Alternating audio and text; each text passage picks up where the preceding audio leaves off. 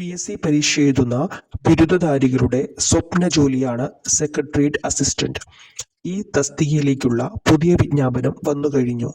നല്ല തയ്യാറെടുപ്പോടെ പരീക്ഷ എഴുതിയാൽ മികച്ച റാങ്കോടെ ജോലിയിലേക്ക് പ്രവേശിക്കാം.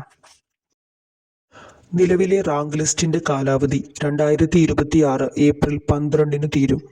അതിനു മുൻപ് പുതിയ ലിസ്റ്റ് തയ്യാറാക്കാനാണ് PSCയുടെ ശ്രമം.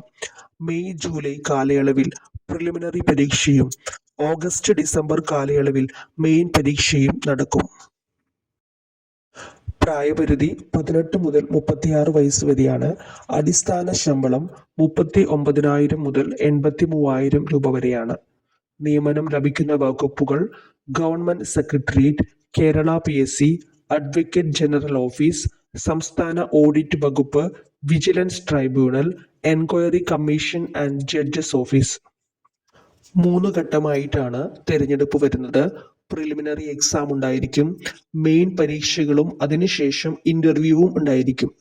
പ്രിലിമിനറി എക്സാം ബിരുദം യോഗ്യതയായിട്ടുള്ള മറ്റു തസ്തികകളിലേക്കുള്ള പ്രിലിമിനറി പരീക്ഷകൾക്കൊപ്പമാണിത് നടക്കുക. 100 മാർക്കിന്റെ 100 ചോദ്യവും സമയം 75 മിനിറ്റ് ആയിരിക്കും. മെയിൻ പരീക്ഷയ്ക്ക് 100 മാർക്കിന്റെ 100 ചോദ്യങ്ങളുമായി രാവിലെയും ഉച്ചയ്ക്കുമായി 2 പേപ്പറുകൾ. അതിന്റെ സമയം വരുന്നത് 90 മിനിറ്റ് വീതമായിരിക്കും. ഇന്റർവ്യൂവിന് 20 മാർക്കായിരിക്കും. പരീക്ഷകൾ മൾട്ടിപ്പിൾ ചോയ്സ് മാതൃകയിലായിരിക്കും. ഓരോ ശരിയുത്തരത്തിന് 1 മാർക്ക് വീതവും തെറ്റുത്തരത്തിന് 1/3 മാർക്ക് വീതവും കുറയുന്നതായിരിക്കും. ഇതിന്റെ സ്റ്റഡി മെറ്റീരിയൽ ആയിട്ട് വരുന്നത് പ്രധാനമായും ബിരുദതല പരീക്ഷകൾക്ക് ഇന്ദിരാഗാന്ധി ഓപ്പൺ സർവകലാശാലയുടെ സ്റ്റഡി മെറ്റീരിയലുകളിൽ നിന്ന് കൂടുതൽ ചോദ്യങ്ങൾ വരുന്നതായി കാണുന്നുണ്ട്. ഇവ കൂടുതൽ ശ്രദ്ധിക്കണം. അതുകൂടാതെ ഇന്ത്യൻ ഹിസ്റ്ററിക്ക് ബിപിൻ ചന്ദ്ര, കേരള ഹിസ്റ്ററിക്ക് A. Sreedhara Menon, Indian politic Laxmikanth, Indian economy Shankar Ganesh Karuppaiya, world history Krishna Reddy എന്നീ റെഫറൻസ് പുസ്തകങ്ങളായിട്ട് നമുക്ക് ഉപയോഗിക്കാവുന്നതാണ്. ബിരുദധാരികൾക്കുള്ള PSC പരീക്ഷകൾ എപ്പോഴും ഉയർന്ന നിലവാരം പുലർത്തുന്നവയായിരിക്കും. മത്സരം കടുക്കുമ്പോൾ മാർക്ക് സ്കോർ ചെയ്യാൻ സഹായിക്കുക മലയാളം, ഇംഗ്ലീഷ്, കണക്ക് എന്നീ വിഷയങ്ങളായിരിക്കും. അവിടെ പരമാവധി സ്കോർ ചെയ്യാൻ കഴിഞ്ഞാൽ കട്ട് ഓഫ് മാർക്ക് കടക്കുന്നതിൽ പാതി ജയിച്ചു. പ്രിലിമിനറിയുടെയും മെയിൻ 1ാം പേപ്പറിന്റെയും സിലബസുകൾ ഏതാണ്ട് ഒരേപോലെയാണ്. പ്രിലിമിനറിക്ക് മെയിൻ പരീക്ഷ കൂടി മുന്നിൽ കണ്ട് പഠിക്കുക.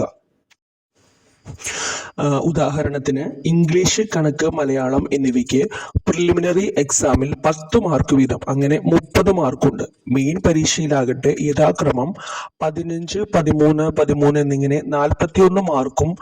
പ്രിലിമിനറിക്ക് സയൻസ് ആൻഡ് ടെക്നോളജി 10 മാർക്കിനാണെങ്കിൽ മെയിൻ 1ാം പേപ്പറിൽ ലൈഫ് സയൻസ്, ഫിസിക്സ്, കെമിസ്ട്രി എന്നിങ്ങനെ 3 വിഷയത്തിനും 7 മാർക്ക് വീതം, ആകെ 21 മാർക്ക് വരുന്നുണ്ട്.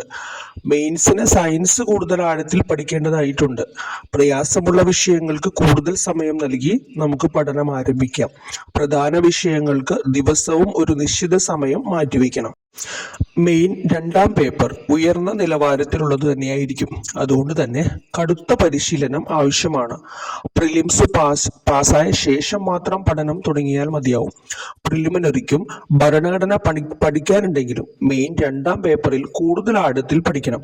മാനേജ്മെന്റ് 10 മാർക്ക്, അഡ്മിനിസ്ട്രേഷൻ 10 മാർക്ക്, അതുപോലെ കേരള സമ്പദ് വ്യവസ്ഥ 15 മാർക്ക്, പരിസ്ഥിതി 10 മാർക്ക്, കേരള മോഡൽ വികസനം 15 മാർക്ക്, ദുരന്ത നിവാരണം 10 മാർക്ക് എന്നിങ്ങനെ അധിക വിഷയങ്ങൾ പ്രിലിമിനറിക്ക് ശേഷം ആഴത്തിൽ പഠിക്കേണ്ടവയാണ്. അപ്പോൾ കൂട്ടുകാരെല്ലാവരും തന്നെ ഇപ്പൊ സിലബസിനെ കുറിച്ചും അതിന്റെ മാർക്ക് ഡിസ്ട്രിബ്യൂഷൻ കാര്യങ്ങൾ, റെഫറൻസ് ബുക്കുകൾ, ഇതൊക്കെ ഡീറ്റെയിൽ ആയിട്ട് മനസ്സിലായെന്ന് വിചാരിക്കുന്നു. അപ്പോൾ ഒട്ടും സമയം കളയാതെ ഇന്ന് തന്നെ, ഇപ്പൊ ഇതുവരെ തുടങ്ങാത്തവരുണ്ടെങ്കിൽ ഇന്ന് തന്നെ സെക്രട്ടേറിയറ്റ് അസിസ്റ്റന്റ് എന്ന സ്വപ്ന ജോലിക്ക് വേണ്ടിയിട്ട് പഠിച്ചു തുടങ്ങുക. All the best.